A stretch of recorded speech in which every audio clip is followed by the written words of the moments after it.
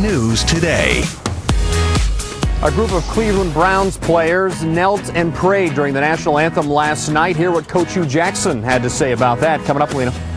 All right, Will, and they don't want what you'd expect. Dozens disrupted Euclid City Council meeting after 2 violent incidents involving police, what they demanded from city leaders. Tiffany. Well, Lena, adaptive bikes for kids with special needs can be expensive. Coming up, I'll let you know how you can help families just like the Rush family here at North Royalton Schools. They really need your help. Good morning, Carrie. Good morning. We are already seeing that temperature bump up. We were at 77 last hour, 78 now. And we've got a lot of humidity. 67 is the dew point temperature. That gives us 68%. And it is going to be another warm, humid day. Not as hot as yesterday. 92 yesterday. We're going to be in the mid-80s, but it is going to be very steamy. Thunderstorms with all that, very likely. Maybe some gusty ones. But tomorrow, a big change. Going to be much cooler. Look at these warm temperatures for this time of day. Yeah, this is pretty steamy stuff. And we are going to see these showers and thunderstorms later on today, and it's not really going to take that long to see at least the potential of a thunderstorm. They are just entering the northwestern corner of Ohio. A big line of showers and thunderstorms that have been producing a lot of heavy rain, gusty winds, a lot of lightning over the course of the last few hours. Off to the lake, we are going to see some 4-footers out there, a good likelihood of thunderstorms, and a pretty choppy day out on the lake. Your day parts for you, 75 chance of a thunderstorm by 9 o'clock, good chance by the middle of the day, 82, and 85 for a high temperature. Thunderstorms likely here at 5 o'clock this evening. Danielle, how's that traffic? Oh, if you are taking 480, it is a headache for you. 480 eastbound now. It is shut down at the Jennings because of sign removal, and we do have an accident 480 west approaching 77. But let's first talk about 480 east. Again, like I said, it's shut down at the Jennings because ODOT was removing some signs. They said it would only take 10 minutes, but yet it's been closed since at least 5:15, and it was expected to clear at 6 a.m. However, here's the current live picture from the ODOT camera 480 at State Road, and all you see is red. Brake lights there, so stop and go traffic, stop traffic actually. Here's the work that's going on 480 near Lancaster as you're approaching 77. So traffic completely cleared from here. And again, this was supposed to clear out at 6 a.m., but it hasn't. So if you need to get around this, take Brook Park Road eastbound to Broadview Road, head south to Rockside Road east to 77 north. So we are seeing some slowing on the Jennings south because of this closure, as well as 480 west approaching 77 because a car hit a wall. But John and Lena, that delay is only about 5 minutes. All right, Daniel, thank you. Time right now at 6:03. Prayer, protest, both. They say they were praying for our country. A group of Browns players held the largest national anthem protest in the NFL so far before last night's preseason game. Now, these demonstrations against social injustice have been going on for about a year, but is it different if the players pray rather than protest?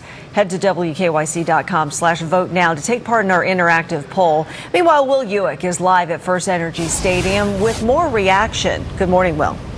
Yeah, good morning, Lena. We found out it was a prayer after the game. Christian Kirksey, the middle linebacker for the Browns, the one that organized this, said that it was a group of them that wanted to do something, so they decided to get together and pray for the country. They said that they talked to Coach Hugh Jackson beforehand to make sure that he knew what was going on, and talked to teammates as well, make sure everyone knew what was going on. They wanted to do it in the most respectful way that they could, but still show that there was issues that they wanted to resolve. So the team has released a statement in it saying, quote, "As an organization, we have a profound respect for our country's national anthem, flag, and the servicemen and servicewomen in the United States and abroad. We feel it's important for our team to join in the great tradition and special moment of recognition. At the same time, we also respect the great liberties afforded by our country, including the freedom of personal expression." Comes 6 days after Coach Hugh Jackson said he would, quote, "hope that we don't have those issues in Cleveland."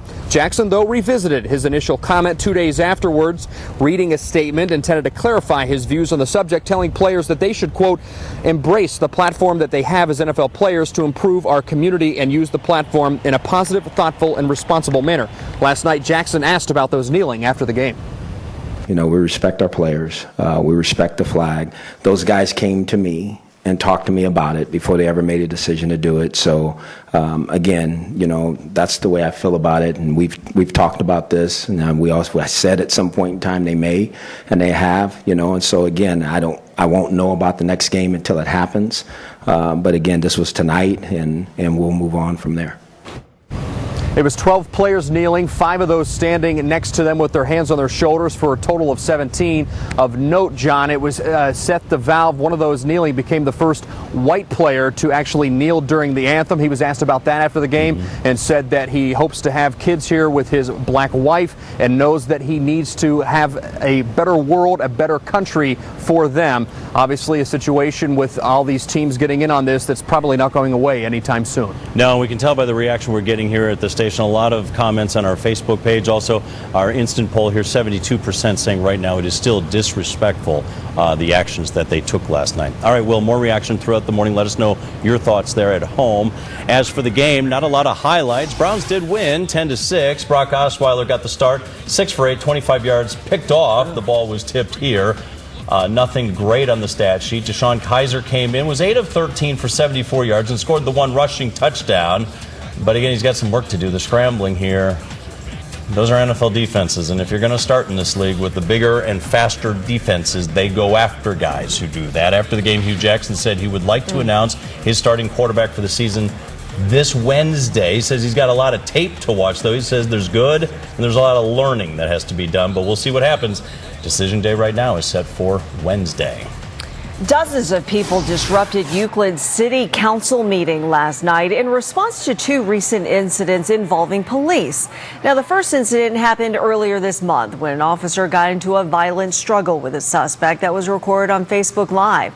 We now know that officer will not be fired. And back in March, when an officer shot and killed Luke Stewart as he was sitting in his car. That officer still working on the streets. The Euclid mayor says everyone needs to work together to better the community. We are absolutely committed to learning from this incident and moving forward. And we need the community. We need everybody who is here tonight to work alongside us. Now, Luke Stewart's family and their attorneys say they don't even want the officer who shot Stewart to be immediately fired. They just want him on desk duty until the investigation into the deadly force case is complete. A Steubenville judge is recovering after he was shot by the father of a high school football player that was convicted of rape. Jefferson County Judge Joseph Braziz was walking to the courthouse Monday morning when prosecutors say Nathaniel Richmond shot him. Both the judge and a probation officer fired back, killing Richmond. Authorities confirmed the shooter is Malik Richmond's father. The judge did not handle that case, but records show the judge was overseeing a wrongful death lawsuit Richmond filed against the Jefferson County Metropolitan Housing Authority. America's enemies must never know our plans or believe they can wait us out. I will not say when we are going to attack, but attack we will. During a special primetime address, President Trump laid out his plans for Afghanistan. Now, he didn't give out a timeline for withdrawal, but he did promise a clear definition of history. Maureen Kyle explains what that means. Maureen?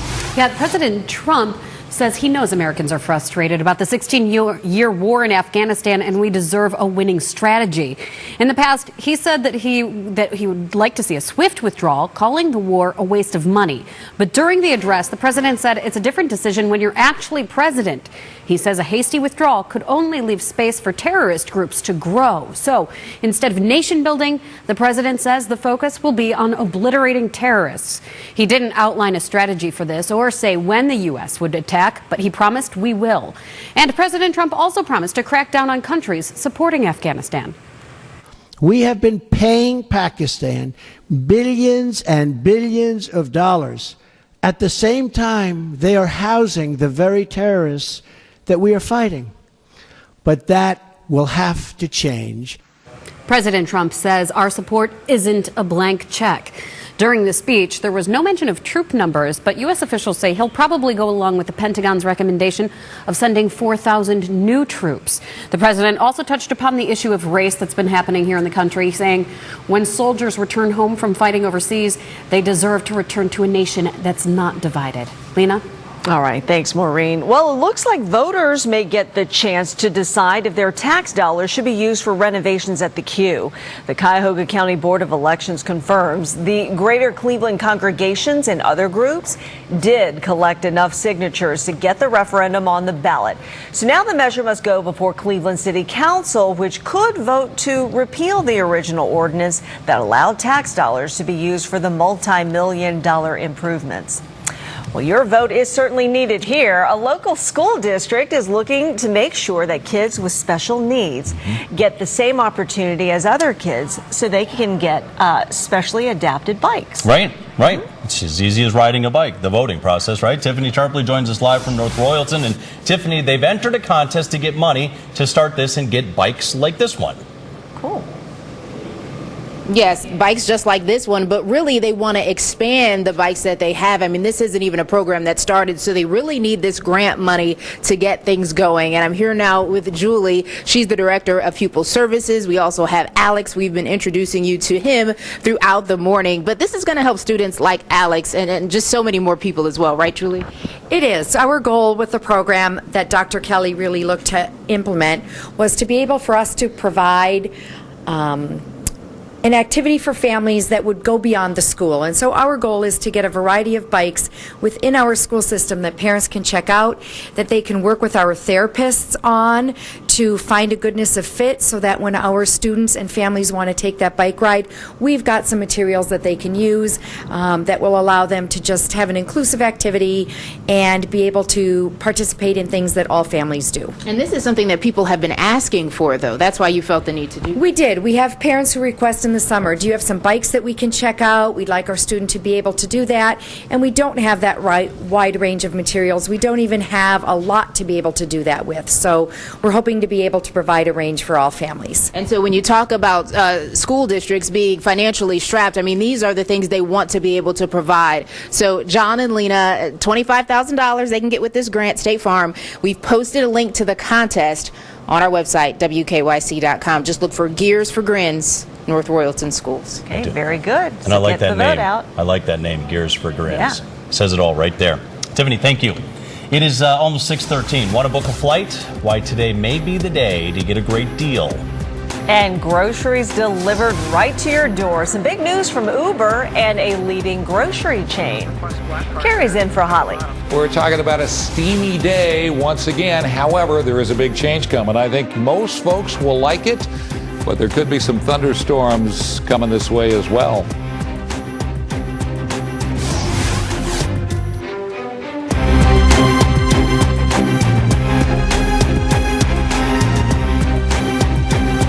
Summer Fun Forecast is sponsored by